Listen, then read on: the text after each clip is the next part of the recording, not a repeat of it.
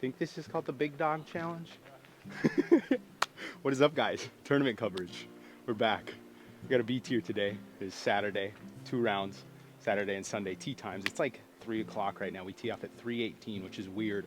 I've never teed off for a disc golf tournament this late in the day, and I didn't know what to do with myself all morning. But we're here. We're warmed up.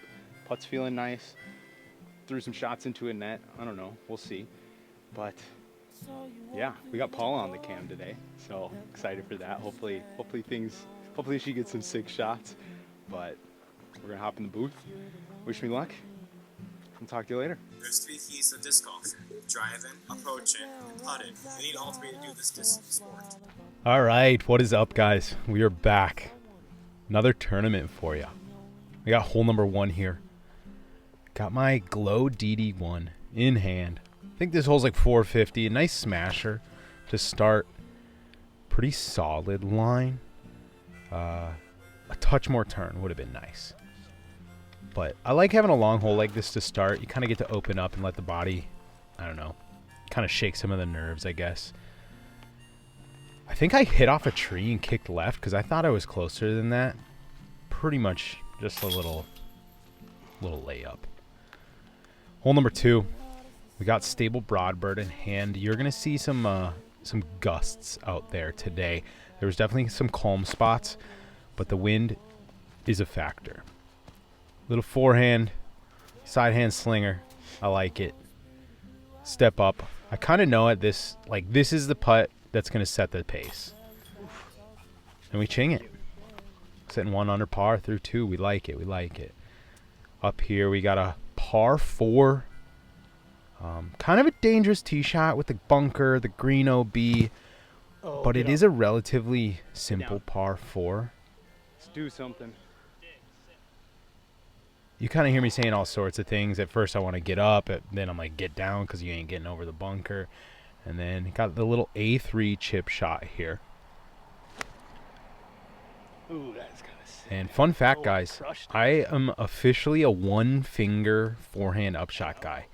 It's so much better distance control. And so the fact that I actually launched this like 30 long, although I wish I parked it, I was kind of like, dang, okay, we're getting a little more confident in this 1-fingy.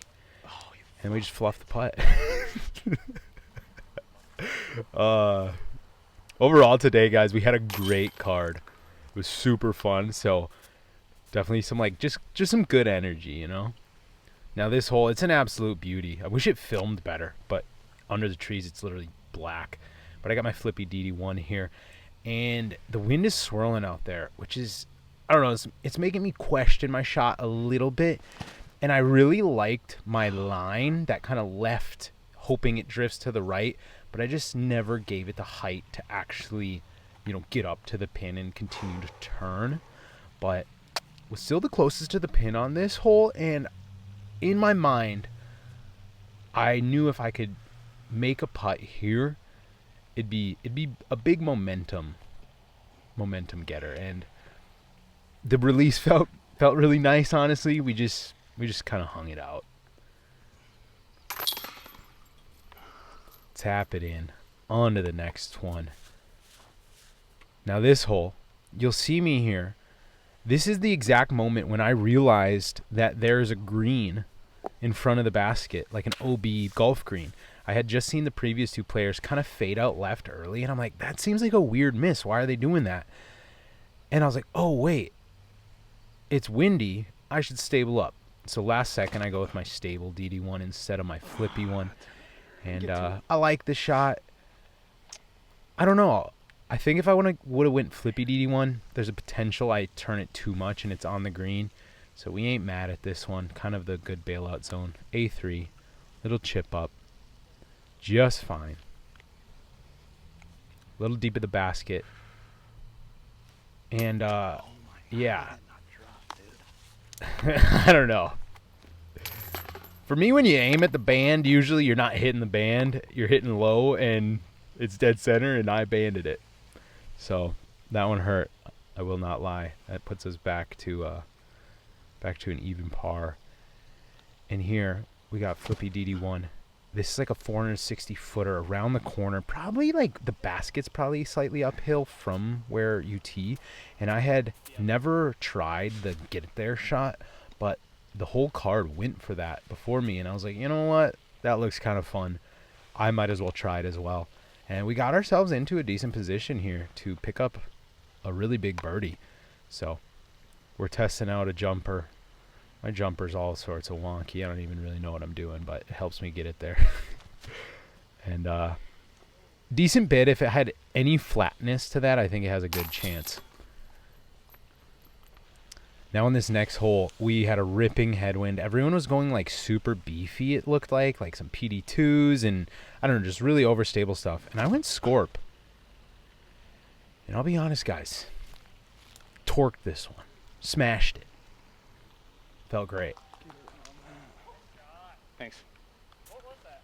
The Scorpius. Closest to the pin here. Feeling good. I'm like, Brad, you got to get a birdie. Little A3 side hand. Little Annie around the tree. Left it a touch shorter than I wanted. But honestly, right now, I'm kind of happy. I'm like, all right, make this 20-footer. Get rolling. We tap it in. We didn't really tap it in. We made the putt. And we move on to the next one. Now, this hole I really enjoy. It's like a 300-something foot, like push hyzer.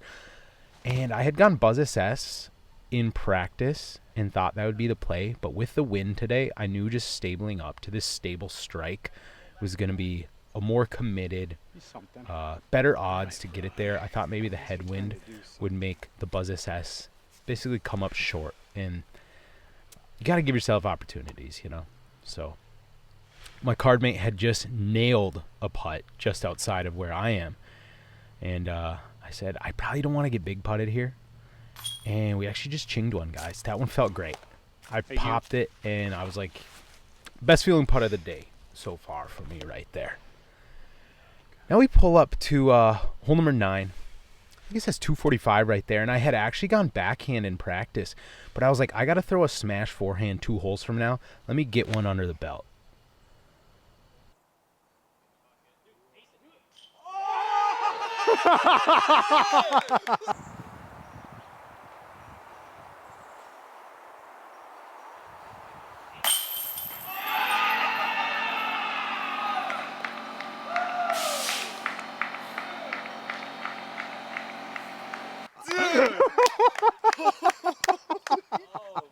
Oh, that's awesome. You're worth a 2-hour drive, bro. What in the heck? That was in the chain so long too. I was like, all right, stay in now. Like, oh my gosh. We got 2 angles. Oh, he cleared it. That means someone else has got to do it now. I think. Oh, is there an A spot? Yeah, it's 425. Like, okay. 495. I always buy in because I'm like, you never know what happens. Like, someone's might ace. Someone's you. Yeah. Yeah, we aced in a tournament. That was really cool. I think the A spot's like $450, I was told. So hopefully no one else hits one. We go Firebird here. A like 390-foot hyzer. Hung it a touch wide, but not bad. But back to the ace real quick. Honestly, at that point, I was kind of in the... I don't know if you can call it a zone, but I was honestly more worried about the fact that I was like, yes, I just got 2 strokes on one hole, more than the fact that I potentially just won a bunch of money. I was like, let's roll. That putt felt good. Felt real similar to that last putt I made. And we just hung it.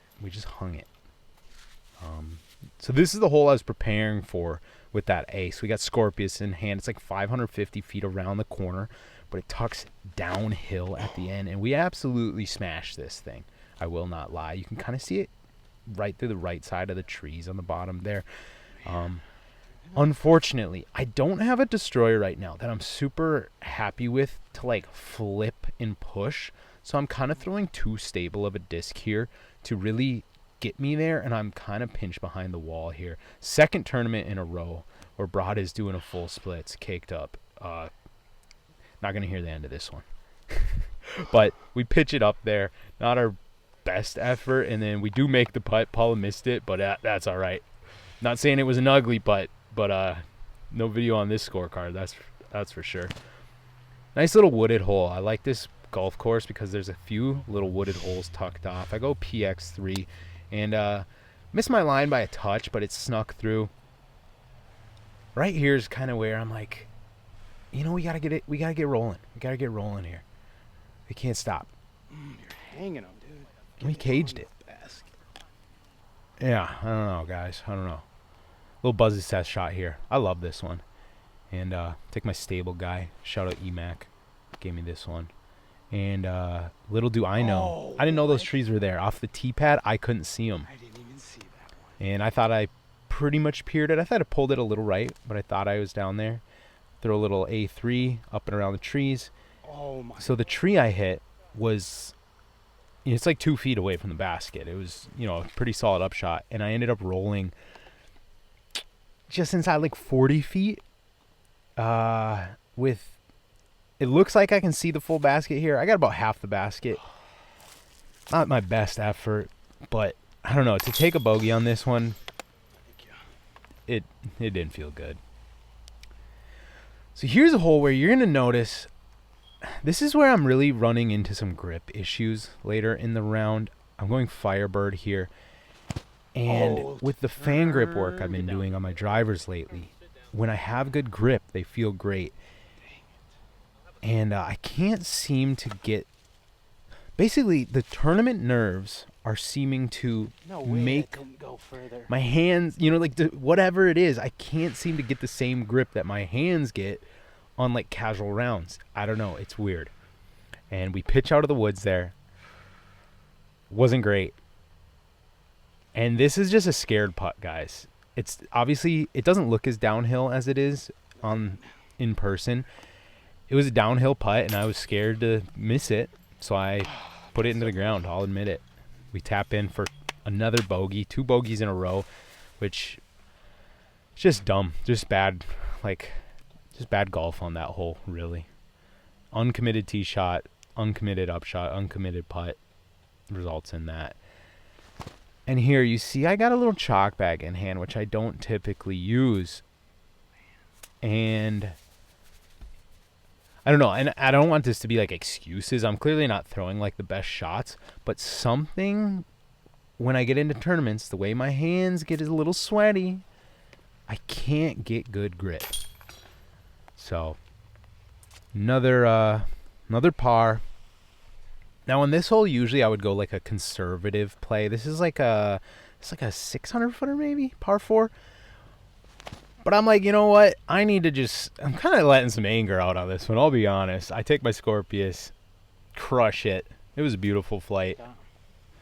And leaves me with a nice little Firebird upshot here around the pin, or around these trees, I mean. Oh, that's gonna get over. It's a solid shot. I knew I needed a little more left would have been great. But leaves me in a decent little position here.